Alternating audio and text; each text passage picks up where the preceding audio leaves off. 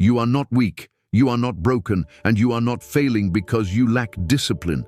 You are trapped inside a spiritual prison that was built without bars, without chains, without guards. And that's why you don't see it.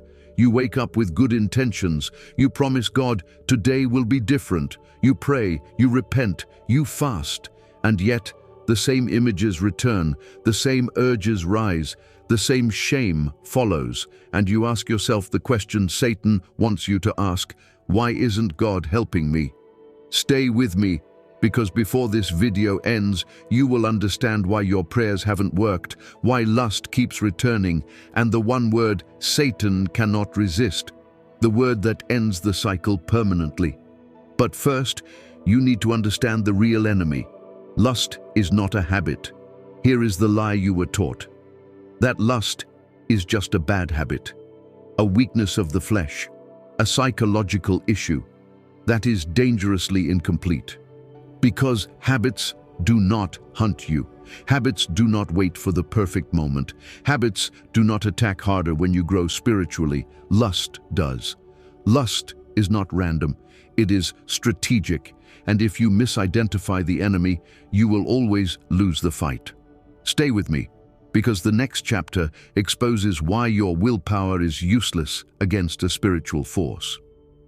Why willpower fails every time you have tried. Blocking apps, accountability partners, extreme discipline, self-punishment, endless repentance, and yet the temptation still comes. Why? Because willpower is a flesh weapon and you are fighting a spirit. You don't overpower a spirit by resisting it. You overpower a spirit by commanding it. And Satan knows most Christians were never taught this. That's why he isn't afraid of your tears. But there is something he fears more than fasting. I'll reveal it, but first, you need to understand how authority actually works. The secret: Jesus never shouted, but demons knew. When Jesus walked the earth, demons screamed before he spoke. They didn't wait for him to fast. They didn't wait for him to pray. They reacted instantly. Why? Because authority does not come from effort. Authority comes from position, and Satan is terrified that you might discover the position you already hold. In the next chapter, I'm going to show you the verse most Christians read, but never activate. I give you authority. The verse that changes everything. Jesus said something so dangerous to the kingdom of darkness that most believers never apply it. He said, I give you authority over all the power of the enemy. Not some power, not temporary power, all power. Read that slowly.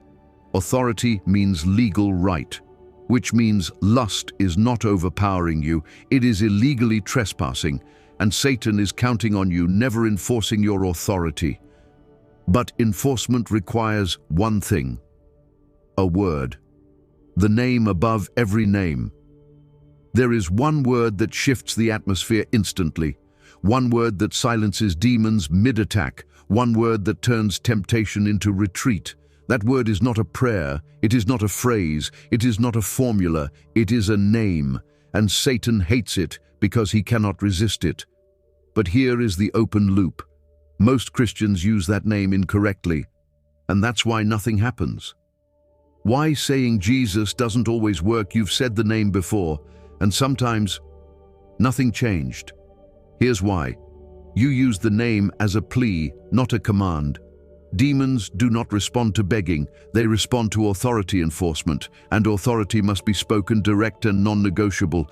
In the next chapter, I'm going to expose the exact mistakes Satan hopes you keep making. Praying versus commanding. Prayer asks, authority commands. Jesus did not ask storms to calm, he told them. He did not request demons to leave, he ordered them. Lust will not leave because you feel sorry, it leaves when it is evicted. And in a moment, I'll show you how to issue that eviction, step by step. But first you must recognize when the attack actually begins. Lust always announces itself. Lust never arrives suddenly, it whispers first. A memory, an image, a curiosity, that's the signal. That moment is not neutral, it is an invasion attempt, and the earlier you respond, the weaker the attack becomes. Most people wait too long, and by then, they're already surrounded. The 3-second rule that saves you here is the secret window Satan hopes you miss.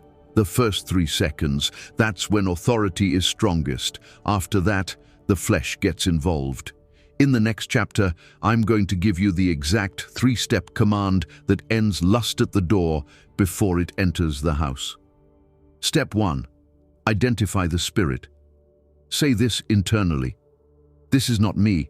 This is an attack. That sentence alone breaks shame, because shame weakens authority, and Satan loves when you feel dirty instead of powerful. Step 2. Declare your position. Say this out loud, even if your voice shakes. I have authority in Christ. You are not convincing God. You are reminding the enemy, and he remembers. Step 3. Deploy the name. Now you speak the name as a weapon. Spirit of lust, I command you in the name of Jesus, go. Not later, not gradually. Go. That name is not magic. It is legal authority. Why demons must obey that name? They remember the cross. They remember the defeat. They remember the judgment that's coming. And the name of Jesus reminds them who won. That's why they flee. Why this feels uncomfortable at first, authority feels strange when you are trained to beg. Satan wants you passive. Jesus made you dangerous. Discomfort is proof you're shifting roles. What happens after the command? At first, attacks may intensify. That's panic. That's resistance. That's the enemy realizing you learned something. Stay firm. Victory follows resistance. Why silence is a weapon. You don't argue with temptation. You don't reason with it. You command, then ignore. Silence after authority is confidence. Why repeating the command is not failure. Each command reinforces territory.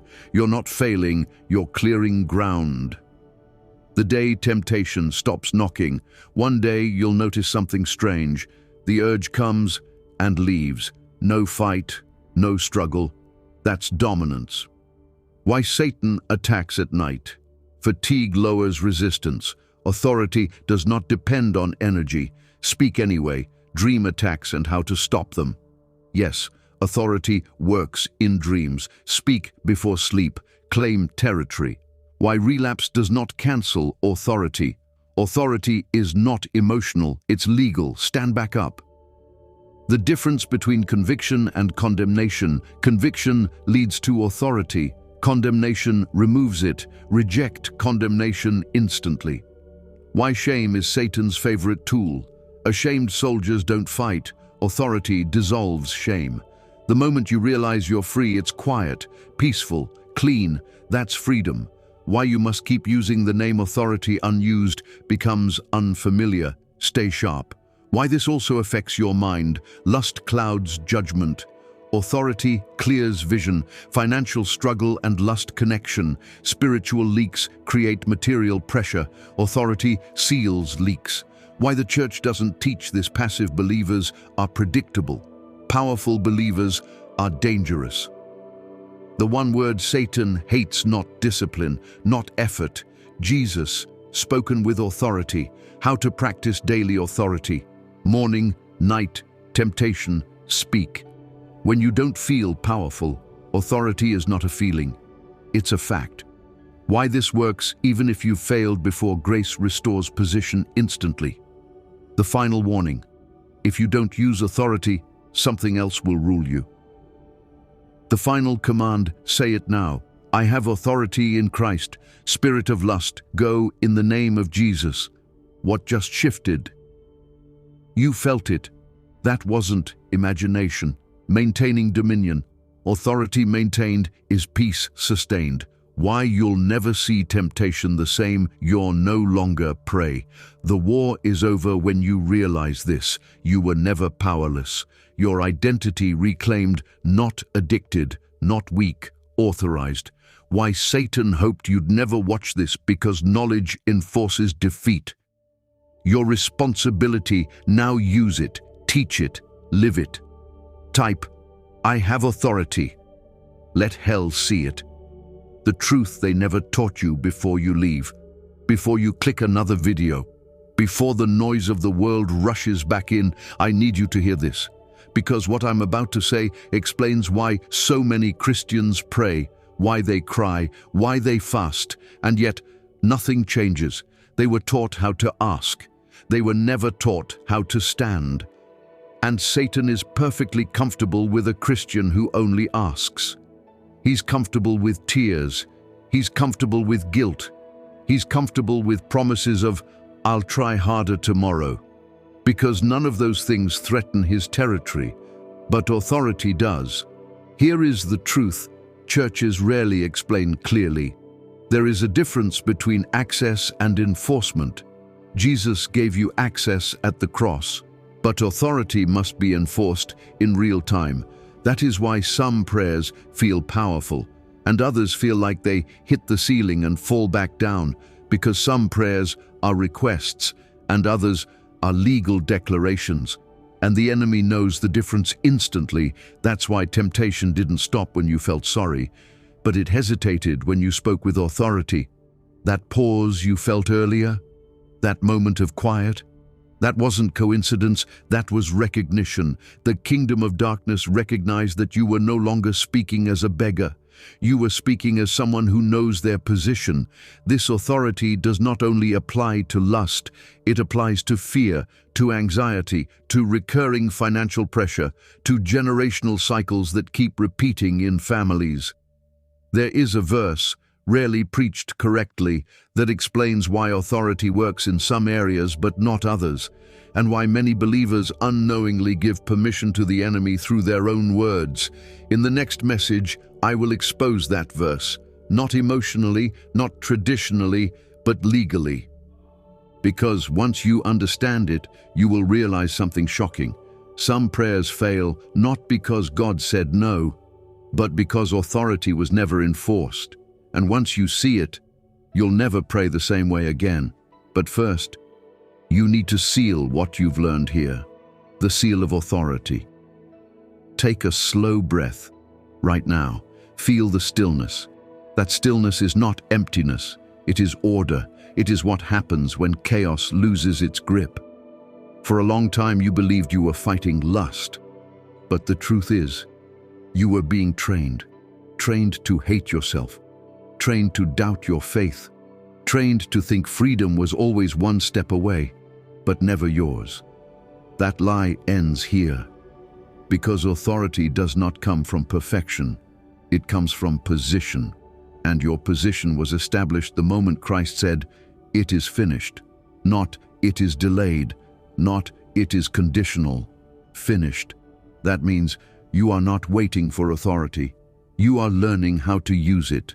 From this moment forward, temptation is no longer a sentence. It is a signal to speak, a signal to stand, a signal to remind the enemy of something he hates being reminded of, that he already lost. You don't need to shout, you don't need to panic, you don't need to negotiate. You speak once, clearly, calmly, with certainty, because authority does not rush. Authority knows it will be obeyed. And when lust tries to return because it may test you one last time, you will not be surprised. You will not be afraid. You will simply say, "I have authority in Christ. Spirit of lust, go in the name of Jesus." And then you move on. No shame, no analysis, no spiral. That's dominion. Now let me ask you something important. If this message awakened something in you, if you felt clarity instead of fear, if you sensed peace instead of pressure, don't let it remain silent. Type these words in the comments. I have authority, not for me, for you. Because declarations spoken publicly reinforce territory spiritually. And someone else, someone who feels trapped the way you once did, will see your words and realize they are not alone. You are not weak. You are not addicted. You are not disqualified. You are authorized. And now, the enemy knows it. Stay grounded, stay alert, and stay standing.